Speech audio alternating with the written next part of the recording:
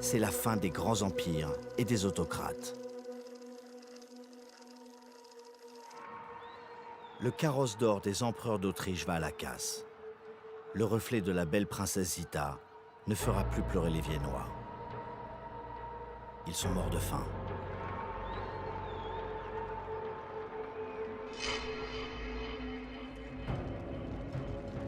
Comme l'armée austro-hongroise, vaincue par les Italiens, à la bataille de Vittorio Veneto.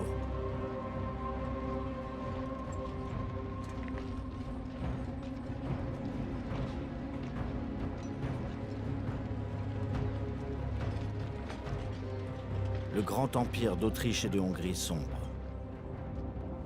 Comme son plus beau cuirassé, le Svenitsvan, 20 000 tonnes, torpillé par les Italiens.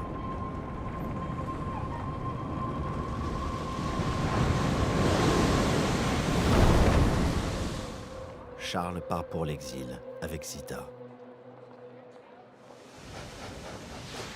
11 novembre 1918, le train spécial du maréchal Foch entre en gare de Compiègne, au nord de Paris. Dans ce wagon, en dehors des caméras, les envoyés du gouvernement provisoire allemand signent l'armistice. L'Allemagne reconnaît qu'elle est vaincue et demande l'arrêt des hostilités. Sur le front, le cessez-le-feu est fixé à 11 heures. La 11e heure du 11e jour du 11e mois. La guerre vient de se terminer. Enfin, elle a duré 4 ans. 75 millions d'hommes ont été mobilisés. 10 millions de soldats ont été tués. Tous les hommes volontaires venus de l'île de Terre-Neuve.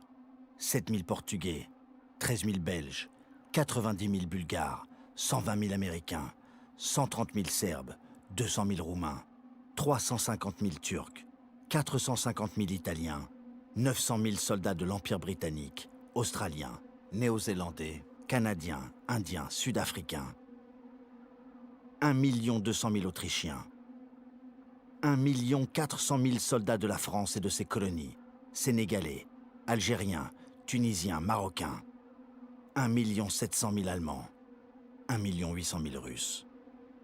20 millions de soldats ont été blessés.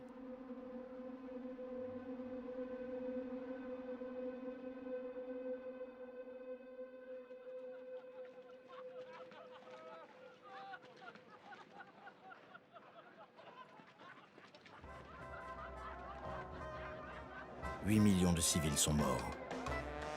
Pas une famille qui ne compte un mort, un amputé, un gazé ou un orphelin. Mais partout dans le monde, la joie veut effacer les chiffres de la première mort de masse de l'histoire.